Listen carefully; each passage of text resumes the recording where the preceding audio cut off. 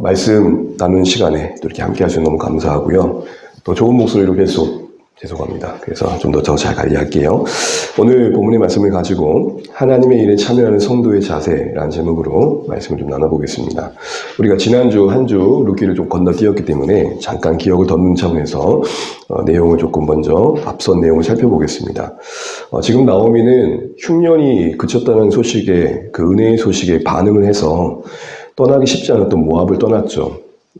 고향 베들레헴을 바라보는 그 시점에서는 어느 정도 기대감이 있었습니다. 그런데 현장에 막상 왔을 때 그 베들레헴의 그 고향의 그 현실은 어쩌면 지난날의 과거를 더 떠올리게 해서 그런지 몰라도 냉혹했습니다. 오직 했으면 자신의 이름을 마라라고 괴롭다고 바꿀까요? 자기 연민에 빠지고 신세 타령만 하고 있었습니다. 그래서 여러분 2장을 보시게 되면 룻은 열심히 뭔가를 하고 있는데 나오미는 전혀 등장하지 않습니다. 그러다가 2장 후반부부터 뭔가 나오미가 달라진 기미를 보입니다. 그리고 그 계기가 됐던 게 20절에 나와 있습니다. 이번 20절 말씀, 2장 20절 함께 같이 한번 읽어보겠습니다. 시작.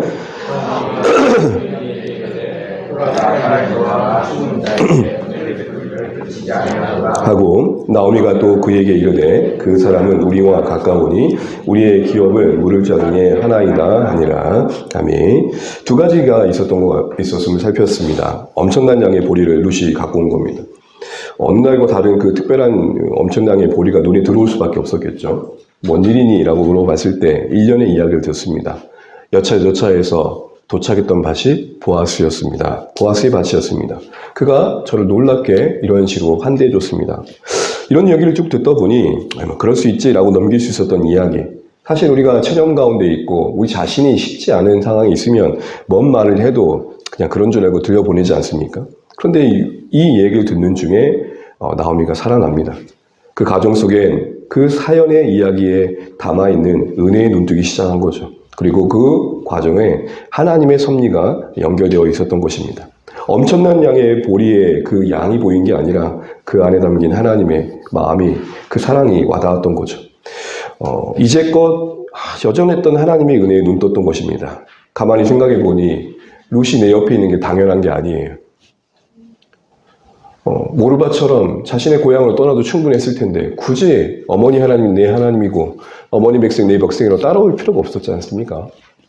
그리고 때마침 추수를 앞두는 지나서도 아니고 막 이제 시작할 때 도착한 것도 은혜였고 여차저차해서 그 수많은 밭 중에 보아스가 주인인 밭에 도착한 것도 은혜였고 그냥 그런 줄 알았던 모든 일들이 정말 하나님이 내 삶에 주시는 은혜였다는 사실 눈뜨기 시작하니까 그 존재뿐만 아니라 그가 현실에 느꼈던 모든 현타들을 극복할 수 있는 새로운 안목의 생김을 봅니다. 두 번째는 이 고백에서 봤던 것처럼 그 보아스가 마침 자신의 친족으로 기업 물을 자임이 떠올렸던 겁니다. 잊고 있었던 것이었던 거죠. 기업 물을 자가 하는 역할이 무엇입니까? 가족 가운데, 친족 가운데 여러 일들로 인해서 재산을 잃고 명예를 잃는 사람들의 그것들을 되찾아주는 그 책임을 감당하는 사람입니다. 이 기업 물을 자는 그러나 의무적인 건 아니었습니다. 자원함이 있었어야 됐습니다. 그 역할을 감당할 수 있는 사람을 만나버린 겁니다. 우리가 이 이야기를 하면서 신구 이야기의 전체적인 안목을 보면 우리의 인생을 되찾을 수 있는 예수님을 만나 정말로 우리의 서글픈 현실을 타개할 수 있는 그 가능성을 본 것과 다를 바가 아니었던 것이죠. 자신의 힘으로는 도저히 어쩔 수 없었습니다. 그냥 룻이 주워오는 하루하루의 이삭으로 그저 먹고 사는 문제를 해결할 수 있었지만 근본적인 문제를 해결할 수 없었습니다. 자녀가 없으니 이제 죽고 나면 끝입니다. 땅이 없으니 그 무엇도 남길 수 없는 상황입니다. 그런 상황에서 보아스가 희망으로 다가왔던 거죠. 기업 물을 자가 있다는 사실이 은혜로 와닿았던 거죠. 그런데 여러분, 이제 오늘 본문은 그런 희망이 부풀었는데 추수가 거의 다 끝나가고 있는 겁니다. 뭔 일이 일어나도 일어나야 될 것 같은데 여전히 그런 하루하루를 보내고 있습니다. 불확실함이 분명히 여전하다는 것이죠. 보아스의 배려로 이삭을 줍고 어렵지 않게 생계를 꾸려가는 건 감사했지만 앞서 말씀드린 것처럼 여전히 근본적인 필요가 해결되지 않은 상황은 지속되고 있었습니다. 이걸 해결해 줄 수 있는 보아스의 마음이 궁금해지기 시작합니다. 왜 보아스는 안 움직일까? 뭔가 일이 일어나야 되는 상황인데 왜 이렇게 침묵 가운데 있을까? 다양한 생각들이 들었을 겁니다. 그런데 여러분 주목할 것은 이전 같았으면 똑같은 침체 가운데 있을 만했던 나오미가 이제는 조금 더 강건해짐을 봅니다. 사랑하는 주안의 가족 여러분, 우리가 늘 넘어지길 반복하지만 그 가운데 어느새 강해지는 부분이 있습니다. 옛날에는 이거 어떻게 하지라고 심각하게 와닿던 부분들을 여러 번 지나면서 이제는 조금 어느 정도 달관되어지는 부분들이 있는 것처럼 오늘 나오미 조금 더 굳게 선 모습을 우리에게 보여줍니다. 그 증거가 뭡니까? 이전 같았으면 주저앉을만 한데 지금 그의 눈에 들어오는 것은 자신의 빈 자리보다는 며느리 룻의 안식이 더 깊은 관심에 있음을 봅니다. 그녀의 빈자리, 그녀의 필요, 그게 더 염려되고 거기에 책임감을 느끼고 뭔가라도 해야겠다는 모습을 보여줍니다. 자신이 나서야 될 때가 됐다는 걸 뭔가 느끼고 있습니다. 그 1절에 나와 있습니다. 1절 한번 읽어보겠습니다. 룻의 시어머니 나오미가 그에게 이르되 내 딸아 너가 너를 위하여 안식할 곳을 구하여 너를 복되게 하여야 하지 않겠느냐. 여기 안식할 곳을 구한다는 말의 의미는 나오미, 시어머니 나오미 그 자신을 룻이 떠나서 새로운 가정을 이루고 룻이 새로운 출발을 통한 행복을 기원하는 것을 담고 있는 것입니다. 그렇게 볼 수 있는 것은 룻기 1장 9절에도 이제 막 모압을 떠날 때 두 며느리에게 했던 나오미의 축복 가운데 이런 게 있었죠. 기도 가운데 하나님이 너에게 은혜를 주셔서 각자의 남편의 집에서 위로받기를 원한다. 그때 위로의 단어와 여기 안식의 단어가 같습니다. 그러니까 여기 3장의 1절에 룻의 안식할 곳을 걱정하고 있는 이 내용은 어떻게 하면 남편감을 잘 골라서 새로운 가정을 이렇게 잘 이루어져서 나를 떠나 행복한 삶을 살 수 있도록 도와줄까 이런 얘기를 하고 있는 것이죠. 근데 여러분 이것을 바꿔 생각해 보면 나오미 입장에서는 며느리 룻이 여러분 계속해서 곁에 있는 게 도움이 되었을까요? 그냥 떠나버리는 게 더 나았을까요? 나오미 입장에서 보면 지금껏 그랬듯이 옆에 있어서 자신을 보호해주고 봉양해주는 게 더 좋죠.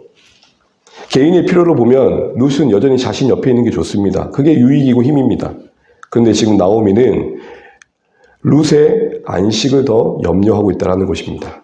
사랑하는 주안의 가족 여러분, 은혜에 눈뜬 나오미가 뭔가 달라지지 않았습니까?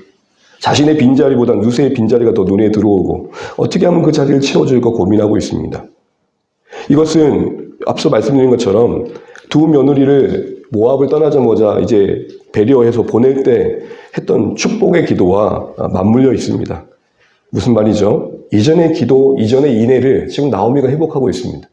여러분, 룻기의 안에 흐르고 있는 인애, 헤세드, 그 의미가 뭐였습니까? 하나님이 주어가 될 때 헤세드의 의미는 언약에 일관된 신실한 하나님의 사랑을 말합니다.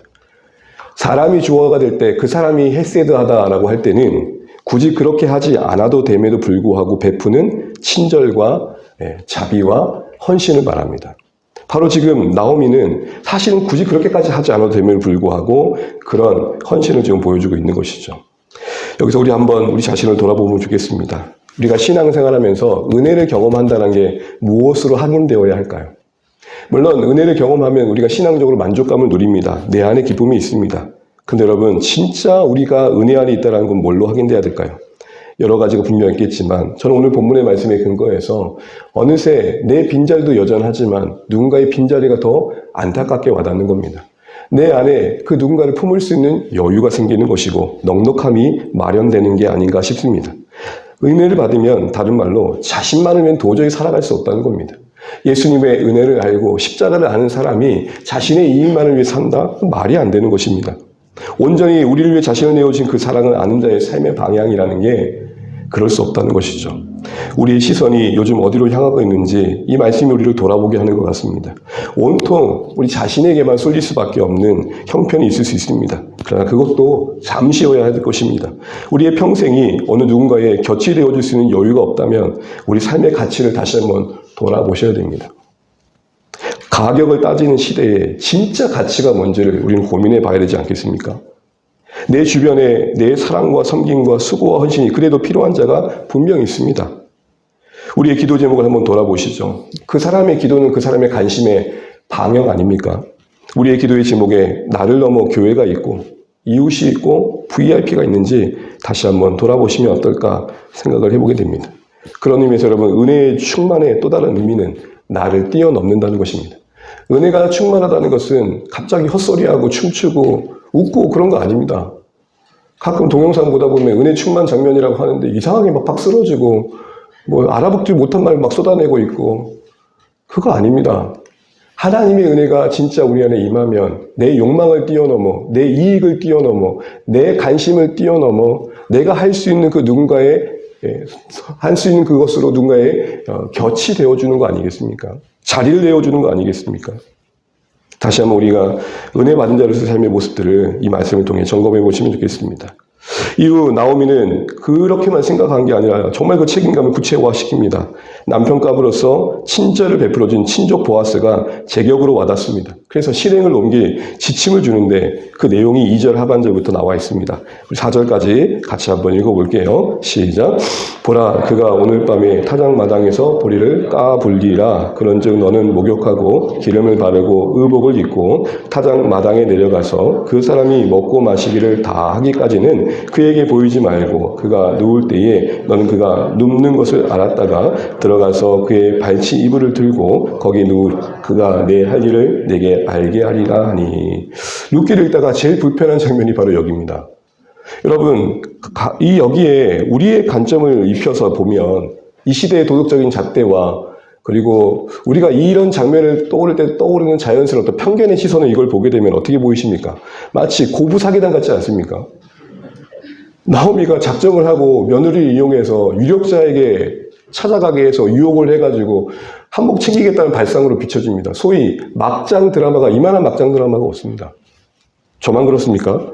드라마를 많이 보신 분들은 지금 떠오르는 드라마 하나 있지 않겠습니까? 근데 여러분, 그건 우리의 시선이고 항상 성경은 그 시대의 시선 속에서 어떻게 헤아려졌는 자가 먼저입니다. 이것은 율법에 근거한 합당한 행위였다는 걸 먼저 아셔야 됩니다. 또한 당시의 문화의 관점에서 인정됐던 관습이며 여기서 요구하고 있는 룻을 향한 여러 지침들은 상징적인 행위로서 당시 사람들에게는 그냥 받아들일 만한 내용이었습니다. 그런 확인할 수 있게 뭡니까? 당사자였던 보아스의 평가가 중요하지 않겠습니까? 우리가 읽진 않지만 3장 11절을 보게 되면 그 나오미의 계획을 따라 순종해 자신 앞에 있는 룻을 향해 뭐라고 평가하죠? 너는 정말 현숙한 여인이다. 현숙한 여인이다. 우리는 이 70인령의 순서를 따라서 구약을 지금 우리가 보고 있는데 히브리 성경의 구약의 본문은 이 룻기가 잠언 다음에 나와 있습니다. 잠언의 31장의 마지막의 주제가 뭐죠? 현숙한 여인입니다. 그 여인의 예로서 룻기가 지금 그 위치에 있는 것이죠. 룻이 소개되고 있는 것입니다. 그러니까 지금 당시의 관점에서 보면 지금 룻의 모든 행동들은 도덕적인 문제가 하나도 없는 것입니다. 정말 헌신하고 있고 자신을 희생하고 있는 겁니다. 오히려 인간의 본성을 거스리는 행동을 하고 있는 거죠. 다음 주에도 보겠지만 보아스가 말합니다. 젊은 자들에게도 갈 수 있을 텐데 어찌 나 같은 나이 많은 사람에게 오노 감격을 먹죠. 인간적인 시선을 보면 남편 자격에 들어올 수 없는 사람이었습니다. 무슨 말이죠? 지금 룻이 나오미의 지침을 따라 해야 될 여러 일들은 우리의 시선으로 보는 것처럼 그렇게 부정적인 게 아니라는 것입니다. 율법에 근거한다고 했는데요. 여러분 종종 들어보실지 모르겠습니다. 이스라엘 안에는 간섭적으로 이런 게 있었습니다. 계대법, 형사치수제도. 쉽게 말하면 그 친족 사회를 지키기 위한 하나의 그 당시 시대 속에 할 수 있는 최선이었던 거죠. 지금도 이러면 안 되겠지만 내 형제 중에 형님이 죽고 나면 그 형님의 이름으로 남겨야 할 자산과 기업을 물려갈 자녀가 없으면 그건 사라져버립니다. 그러니까 홀로 남은 여인, 미망인을 위해서라도 자녀가 있어야 되는 거고 그 자녀를 낳기 위해 형제 중에 한 명이 그녀와 결혼해서 자녀를 낳아줘야 했던 겁니다.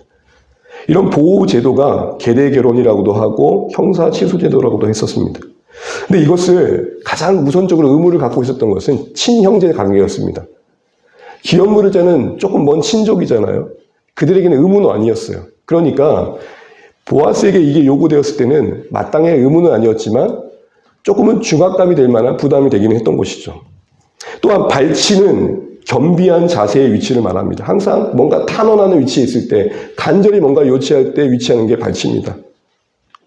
그리고 이불을 들고 누웠다는 것은 구원의 제의입니다. 그러니까 세리머니인 거죠. 퍼포먼스인 거죠. 이 이불을 덮듯 나와 당신이 침실을 나눌 그런 관계로 저를 허락해 주시면 안 되겠습니까? 라는 정중한 요청입니다. 그리고 꿈이라고 하지 않습니까? 목욕을 하고 기름을 받고 예쁜 옷을 입으라고 한 것은 구원의 과정에서, 결혼을 요청하는 과정에서, 청혼하는 과정에서 상대방에게 좋은 인상을 주기 위한 지혜인 것입니다. 여러분, 어느 누가 오늘날 서로 남녀가 만나서 서로를 꾸미는 것을 범죄화합니까? 너 왜 이렇게 꾸몄어? 제약시스럽게? 그렇게 하지 않잖아요. 최선을 다해서 자신을 가꿔서 서로에게 가장 아름다운 모습을 보여주는 건 지혜죠. 아니, 그렇죠. 사귀겠다 시고 그냥 생걸로 가는 건 예의가 아니다라고 누가 얘기를 하던데 저는 모르겠습니다. 사람이 중심을 봐야죠. 그죠? 아멘. 우리는 중심을 봐야 됩니다. 그러나 인간은 겉을 보니까 그걸 배려해 줘야 되는 거겠죠. 어쨌든 이런 모든 행위들은 지혜였습니다.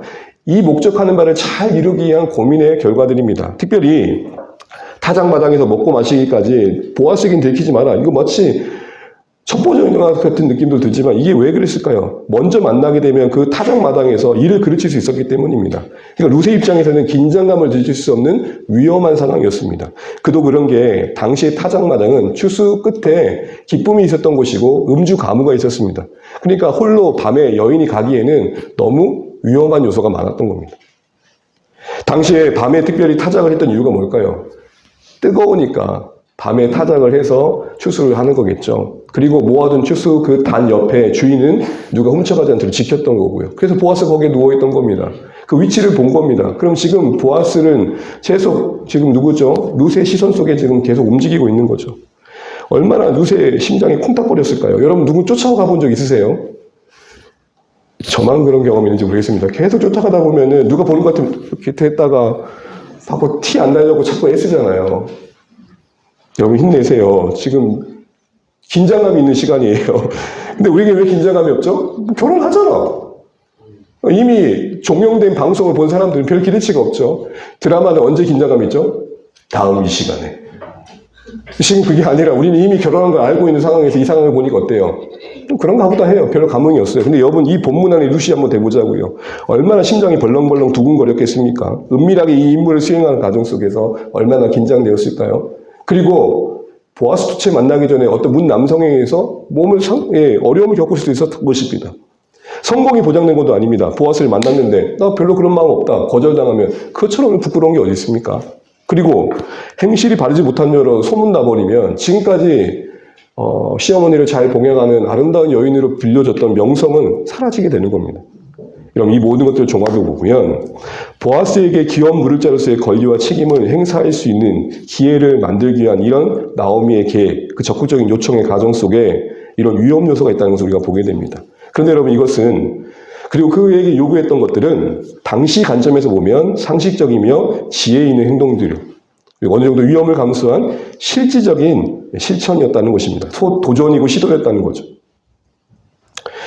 여기서 우리는 하나님의 일이 이루어지기 위해서 특별히 오늘 룻기가 3장에서 끝나지 않고 4장까지 가서 하나님의 일하심이 이어지는 과정 속에서 이들이 보인 모습들은 오늘 우리에게도 하나님의 역사와 일하심에 참여하기 위한 신자들의 자세를 돌아보게 해주는 것 같습니다. 나오미 이런 구체적이고 위험을 감수한 적극적인 시도가 오늘 우리의 믿음의 모습에 분명 필요하다라는 것이죠. 그래서 두 가지로 생각해 보게 됩니다. 믿음은 구체적이고 실제적인 지혜와 전혀 모순되지 않다는 겁니다. 지혜라고 할 땐 그 정의가 참 폭넓습니다. 어떤 일을 처리하는 데서 필요한 어떤 상식도 지혜일 수 있고 어떤 예의도 지혜일 수 있고 그 상황을 판단하는 식견도 지혜일 수 있고 그 결과로 뭔가 효과적인 실천 방향을 정하는 것도 지혜일 수 있습니다. 우리가 뭔가 문제에 고민할 때 지혜를 구한다고 할 때 다 그런 거에 포함된 거 아닙니까? 지혜를 구한다고 만났더니 그때 복장은 이렇게 하면 좋겠고요. 태도는 이렇게 하면 좋겠고요. 언어는 이렇게 쓰면 좋을 것 같아요. 이게 다 지혜 아닙니까? 이런 모든 지혜의 요소들이 신앙과 믿음과 결코 모순되지 않다라는 겁니다. 현실 속에서 이런 지혜가 없기면 그러기에 하나님을 일을 하는데 차질이 생기거나 굳이 하지 않아도 되는 어려움을 겪을 수 있다는 것이죠. 여러분 간혹 영적이라는 말을 가지고 자신이 뭔가 특별한 은사를 남들도 받지 않은 것들을 받았다는 것으로 아나무인격으로 자신을 세워가는 사람들이 있습니다. 자신이 무슨 신령한 도사인 것처럼 함부로 행동하는 사람들을 우리가 봅니다. 이분들의 무모함과 무례함은 믿음으로 포장되지만 사실은 그 믿음 아닙니다. 자신들은 하나님이 시킨 거라고 착각하면서 행동할지 모르지만 상식 밖의 행동들, 그리고 무모한 짓에 이런 예의 없는 행동들은 성령의 역사와 사실 거리가 먼 것입니다. 오늘 우리나라 한국교회가 어떤 면에서는 이 세상 사람들에게 욕을 먹는 부분이 뭐죠? 세상도 어기지 않는 상식을 그리스도인들은 주님의 일을 한다는 명분을 가지고 어길 때가 많다는 것이죠. 여러분, 나오미를 보십시오. 하나님의 인도하심을 받는 가정 속에 상황을 제대로 보고 있습니다. 어쩌면 그 상황 판단 속에 보아스의 입장을 헤아림이 없었겠습니까? 보아스가 지금 눈치 보고 있나? 가만히 보니까 룻을 향해 했던 선대를 보면 분명 좋은 마음이 있을 것 같은데, 내가 너무 늙었는데 아이고 내가 무슨 이런 망측한 생각을 하나 이렇게 하고 있을까? 보아스의 의중을 뭔가 헤아리면서 확인해야겠다는 실질적인 도전들이 필요함을 판단했던 거죠. 그런 가정에 필요한 지혜를 발휘해서 먼저 찾아갔던 겁니다. 그리고 사실은 그런 시도가 룻과의 결혼을 주저하고 있던 보아스의 의중을 확인하게 되고 이후에 구체적인 결혼이 이루어지는 계기가 되어집니다. 무슨 말이죠? 그 지혜가 하나님의 일하심에 통로가 되고 도움이 되며 방법이 됩니다. 이렇게 말하지 않았어요. 룻에게 야, 하나님이 하시면 다 되는 거야. 그러니까 꾸미지도 마. 믿음으로 가. 생얼로 가고 보아스 앞에 당당히 서서 그렇게 말해. 꿈과 계시로 봤습니다. 하나님이 당신과 나를 결혼하고 하셨습니다. 나는 당신이 내 남편 된 걸 꿈을 꿨으니까 같이 가시죠. 이렇게라도 말하고 할 수 있을 텐데 전혀 그렇지 않지 않습니까? 여러분, 믿음은 우리 아는 것처럼 상식과 논리를 초월하는 분명 기적의 부분이 있지만 비상식이 믿음은 아닙니다. 몰상식이 믿음은 아닙니다. 분별하십시오. 그래서 여러분, 성경은 열심만 말하는 게 아니라 분별도 말합니다. 왜 분별을 말할까요? 진짜처럼 보이는 유사가 있다는 거죠. 여러분, 가짜보다 더 무서운 게 뭔지 아십니까? 유사입니다. 유사복음. 아예 가짜는 우리는 눈도 안 주지만 유사복음은 그게 그거 같거든요. 여러분, 믿음은 우리가 아는 것처럼 우리의 지혜의 요소인 지성과 판단과 예의와 어떤 효과적인 어떤 고민들을 외면하지 않습니다. 오히려 존중합니다. 우리의 신앙은 오히려 현실 속에서 뿌리 내려져서 그 안에 담으시는 하나님의 신비를 경험하는 것이기 때문이죠. 아나무인이 믿음은 아니라는 것입니다. 하나님은 우리에게 인격을 주시고 판단할 수 있는 지각을 주셨다는 것을 잊지 마십시오. 간혹 비상식적인 것이 믿음의 분량이 큰 것처럼 말하는 경우들도 속지 마십시오. 지성을 사용해서 말씀의 근거에서 합리적으로 판단하는 것, 하나님의 인도하심을 받는 과정일 수 있습니다. 그런데 간혹 영적이란 말로 이렇게 말하는 사람이 있습니다. 몽롱한 상태에서 응답을 받아가지고 뭔가 알 수 없는 말들을 하는 것이 하나님의 인도하심을 받는 것처럼 얘기하는 경우가 있습니다. 마치 무속신앙을 가지고 하는 것처럼 신앙의 행행을 보일 때가 있다는 것이죠. 여러분, 번외 이야기지만 독일의 고백교회가 무너지고 나치즘이 자리 잡는 데 있어서 교회가 한몫할 때 한 검 더 들어갈 부분은 뭐냐면 그때의 교회는 정상적인 교회가 아니었습니다. 나치즘이 발을 들일 때 그 당시의 교회는 신비주의가 가득하고 진리가 무너진 교회였습니다. 무슨 말이죠? 정말로 교회가 이 시대의 가대를 또 이 시대의 어떤 사명을 감당하는 데 있어서도 교회가 진리 안에서 바르게 서는 것, 지혜로워지는 것, 이게 중요하다는 것이죠. 우리는 여러분 지각을 가지고 판단하는 그런 상식이 신앙의 과정에 있을 수 있음을 잊지 마십시오. 영적 은사를 받았다고 하면서 자신의 지각의 판단으로 하는 것들을 다 내려놓고 모든 걸 지시받아서 움직여야 된다는 것, 여러분 속지 마십시오. 살다 보면 상식을 뛰어넘는 기적을 경험합니다. 말씀드린 것처럼. 그러나 기적이 자꾸 일상이 돼야 된다고 말하는 것은 신비주의의 모습입니다. 기적이 일상이 되기만을 바라지 마시고 여러분, 저는 오히려 일상이 기적임을 보십시오. 아침에 해가 뜨고 지는 게 기적처럼 보여주셨으면 좋겠습니다. 여러분이 당연시 여기는 걸음걸음들이 기적처럼 여겨주시면 좋겠습니다. 하나님의 손길이 다 있는 현장입니다. 물론 그곳에 눈물이 있고 괴로움이 있고 갈등이 있지만 그래도 붙들어주신 하나님의 은혜 속에 살아가는 하루하루 아니겠습니까? 그 은혜마저 거두어갈 때 여러분 우리가 설 수 있는 자리가 어디겠습니까? 그 코끝에 호흡이 있는 우리의 인생이 그 붙드시는 하나님의 손길을 거두어 가실 때 어떻게 하루를 맞이할 수 있겠습니까? 그러니 여러분, 기적이 우리 일상에 찾아오는 것도 중요하지만 내가 지금 기적 속에 살고 있다는 것을 아는 것은 더 중요하다는 생각이 드는데, 사랑하는 주안의 가정 여러분, 여러분은 어떠신가요? 그러므로 여러분, 말씀을 배우십시오. 지성의 훈련을 받으십시오. 그리고 기도하며 꾸짖지 않고 지혜를 주신다는 하나님께 묻으십시오. 저의 많은 기도의 시간들은 이런 부분들을 많이 차지합니다. 하나님, 이번에 VIP를 모시려고 하는데 어떻게 할까요? 하나님, 이런 부분들을 판단하는데 어떻게 하면 좋을까요? 우리에게 이런 건강한 상식이 있는 지혜가 신앙과 모순되지 않는 그런 참된 신앙의 걸음을 걸을 수 있는 우리 모두 되시길 주의 이름으로 축복합니다. 두 번째로 볼 수 있는 거 마지막, 우리의 믿음에 적극적인 결단도 필요하고 그 과정에 위험과 두려움을 감수하는 모험이 감행될 수 있는 부분도 있음을 알아야 한다는 것입니다. 여러분, 우리는 분명 한없이 하나님의 때를 기다려야 할 때가 있습니다.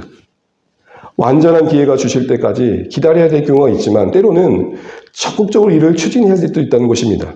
하나님이 이루어진 순종의 과정에 모험의 요소가 있다는 것이죠. 우린 분명 아직 오지 않은 날들의 불확정과 불확실성에 삽니다. 이때 하나님을 신뢰하면서 모험을 감행하는 순종이 요구되어질 때 반응할 필요가 있습니다. 신앙은 신비입니다. 그 모험 속에서 생명의 역동성이 분명히 있습니다. 정답이 정해진 신앙이 아니라 인과율에 갇혀있는 신앙이 아니라 답이 정해진 틀 안에서만 머무는 신앙이 아니라 한 걸음 더 나아가 신비로운 하나님의 일하심을 기대하면서 상식과 함께 적극적인 위험을 감수한 시도도 필요하다는 것이죠. 물론 이 적극성이 무모하거나 허황된 걸 말하는 게 아닙니다. 제가 오늘 갑자기 여러분 앞에 다음 주에 와가지고 여러분 하나님이 저에게 계시를 보여주셔서 저 땅을 사라고 하시는데 반대하시면 되겠습니까? 하면 여러분 저는 무모한 겁니다. 아무리 하나님의 부르심이 있고 아무리 하나님이 뭔가 내게 말씀하셨다 하더라도 하나님의 질서 속에서 조화 가운데 공동체의 마음이 모아지는 가정 속에 일해 가신다는 것을 우리 무시하면 안 되는 거죠. 여러분, 출애굽기를 보십시오. 모세가 부르심을 받습니다. 근데 하나님이 부르셨는데 장인에게 가가지고 이드로에게 허락을 받습니다. 내가 떠나도 되겠습니까? 이게 무슨 말입니까? 오히려 이래야 되는 거 아닙니까? 장인어른, 하나님이 저를 찾아오셨습니다. 저는 갈 겁니다. 딸을 보내주시든 안 하시든 알아서 하십시오. 안 가면 저만 갈 겁니다. 그래야 되는 거 아닙니까? 근데 오히려 허락해 주시겠습니까? 라고 묻습니다. 이런 질문이 드는 거죠. 만약 허락하지 않으셨다면 어떻게 했을까요, 모세가? 다행히 허락해 주셔서 갔죠. 여러분, 믿음 상식과 분명 함께해서 그 안에 상식 속에서의 무모해 보이는 것이 아닌, 허황된 것이 아닌 담대한 시도를 할 수 있다는 것을 우리는 분명 알아야 됩니다. 문제는 뭐냐? 신앙이 이런 무모함과 허황됨을 경계한다는 명분으로 익숙한 것에 머물러 편해지고 저는 이것을 주의해야 된다는 생각이 듭니다. 길들어지는 겁니다. 우리의 관계도 그렇고 우리의 일도 그렇고 길들어짐 속에 그냥 사는 거죠. 거의 별 의미도 없고 기대도 없고 행복도 없고 우리를 자연스럽게 길들이니 어떤 생각에만 갇혀서 신앙의 틀에만 갇혀서 더 이상의 의문과 자문 없이 지내는 모습이 있다면 이건 점검해봐야 되지 않을까 싶습니다. 나에게 어느새 익숙해진 것은 편안한 겁니다. 여러분 모든 게 그런 과정을 거칩니다. 그렇죠? 내 삶의 일부가 되는 것은 자연스러운 겁니다. 여러분 제가 이 안경이 처음에 너무 어색했어요. 그래서 항상 이러고 있었는데 지금 어떤 줄 아시죠? 세수할 때 이거 쓰고 아이고 안경 있었지. 무슨 말이에요? 어느새 일부가 된 거예요. 우리 삶의 생각이든 습관이든 신앙의 어떤 모습이든 일부가 되는 건 자연스러운 거예요. 그런데 문제는 뭐냐? 그게 길들어진 건 문제라는 겁니다. 고민도 없고 질문도 없고 그냥 당연해지는 거죠. 문제는 뭐냐? 이 편한 신앙의 스타일에 길들어지고 그걸 옹호하는 쪽으로만 가다 보면 하나님이 우리 삶에 두드리시고 격려하시는 것에 일관된 침묵을 보일 수 있다는 것입니다. 더 나아가 다른 말을 하는 사람들을 틀렸다고 말하고 있고 다양성 속에 일하시는 하나님을 배제한 채 지적만 한다는 것입니다. 이것이 타인에게 비춰질 때 우리의 모습은 타성에 젖은 사람으로 비춰질 수 있고 편견에 빠진 사람으로 비춰질 수 있고 때로는 오만한 사람으로 비춰질 수도 있는 것입니다. 사랑하는 주안의 가족 여러분, 하나님이 우리의 사유 너머에서 자유롭게 역사하신다는 거 잊지 마십시오. 그런 여백이 여러분에게 있으시면 좋겠습니다. 그런 의미에서 하나님을 우리는 어떻게 해야 될까요? 이런 익숙함과 결과를 순종의 모험을 하기 위해서 뭐가 필요할까요? 하나님을 규정하지 않으셔야 됩니다. 내 경험과 내 상식과 판단이 경험했던 하나님이 전부라고 생각하시면 안 됩니다. 어제 만났던 하나님이 오늘 다른 모습으로 찾아올 수 있음을 아셔야 됩니다. 기도할 때마다 응답하셨던 하나님이 때로는 오랜 침묵 가운데 나에게 찾아오실 수 있습니다. 다른 하나님이 아닙니다. 같은 하나님입니다. 여러분 그거 아시죠? 하나님을 규정하는 그 순간 그 하나님은 하나님이 아니십니다. 강주에는 유명한 분 한 분이 계십니다. 개학이의 역사 속에서 사회운동적으로도 그렇고 신앙적으로도 그렇고 오방 최흥종이라는 분인데 유진배진의 선교사님 통해서 이분이 신앙을 갖게 됩니다. 오방이라는 호가 붙은 것은 오방 5가지 다 놔버렸다는 것입니다. 명예도 놔버렸고 재물도 놔버렸고 나는 진리 안에 자유하다. 오방 그런 의미입니다. 근데 이분이 젊은 시절에 시베리아에 있는 한국 조선족들을 대상으로 선교를 종종 간 적이 있습니다. 여러분 해외에 있으면 아시겠지만 선교사님이 있는 그 해외에 어떤 국내에 어떤 목사님들 가셔서 말씀 전하시면 얼마나 갈급한지 조금 더 듣고 싶은 마음이 있잖아요. 그런 가운데 그 다음 보여주세요. 이분이 그 성도들 가운데 한 분이 정말 우리가 마지막으로 마음에 새게 하나님에 대한 얘기를 들어주세요. 우리 보통 유명한 분들은 명언을 남기잖아요. 뭐 성천 스님 같은 경우는 상은 산이요 물은 물이요 그런 거 아닙니까? 이게 이렇게 말하는 거 아닙니까? 아메리카노는 아메리카노요, 카페 라떼는 카페 라떼 뭐 그 말 아닌가요? 하여튼 근데 이분이 이런 말을 남깁니다. 하도 거시기가 거시기한 게 거시기가 거시기하다. 여러분 거시기가 뭔 말이죠? 거시기는 표준말이에요. 각각의 지역에서 모시기로 쓰기도 하고 거세기로 쓰기도 하고 어떤 의미예요? 뭐라고 말할 수 없을 때 쓰는 거예요. 뭔가 얼른 생각나지 않아서 구체적으로 말하기가 어려울 때, 그런데 뭔가 하려는 말은 있는데 표현 다 할 수 없을 때, 때론 거북할 때 지금 뭘 말하는 거예요? 하나님을 좀 말씀해 주세요 했더니 이분은 뭐라고 말하는 거예요? 그 하나님은 거시기하다. 그 하나님은 규정할 수 없다. 거시기가 거시기하다께? 뭔 말이에요? 하나님을 특정화해서 그 하나님을 붙들려고 하지 말고 크신 하나님 아래서 자유하세요 성도님들. 그 얘기하는 겁니다. 왜 우리 하나님 내 기도에 응답을 꼭 해주셔야만 됩니까? 안 해주시면 하나님이 아니십니까? 왜 하나님은 우리가 원하는 대로가 움직여야 됩니까? 그럼 그 하나님은 우리가 만들어간 하나님은 아닐까요? 하나님이 우리를 창조하셔야 되지 우리가 하나님을 창조하는 건 아니잖아요. 에이, 얼마나 심오한 진리입니까? 거시기가 거시기한 게 거시기가 거시기하다. 제가 이 말 듣고 겁나 은혜를 받아버렸습니다. 사랑하는 주 안의 가족 여러분, 우리는 왜 하나님을 자꾸 정의하려고 그러고 규정하려고 그러고 하나님을 가두려고 그럴까요? 더 나아가 우리가 이런 모험을 하기 필요한 건 뭘까요? 하나님께 우리 인생의 주도권이 드려져 있는지를 점검하셔야 됩니다. 정말 여러분 우리의 시간과 삶의 주권이 하나님께 돌아보십시오. 그러면 우리는 날마다 깨져야 됩니다. 말씀만이 변화를 시도해야 됩니다. 그래서 C.S. 루이스라는 분이 이런 고민하면서 이런 얘기를 합니다. 다음 보여주세요. 헤아려 본 슬픔이라는 책을 여러분 보시면 이런 얘기가 나옵니다.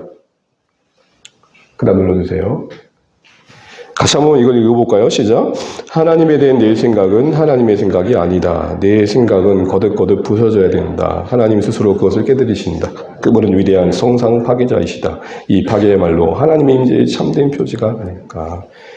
사랑하는 주 안의 가족 여러분, 내가 하나님에 대해 갖는 생각이 하나님이 아닐 수 있다는 생각을 하는 것. 말씀의 건의 아래서 내가 이제껏 알고 있던 하나님이 잘못 알고 있었던 것을 아는 것. 그게 우리가 하나님이 인지하였다는 또 다른 반증인 것입니다. 결론을 맺겠습니다.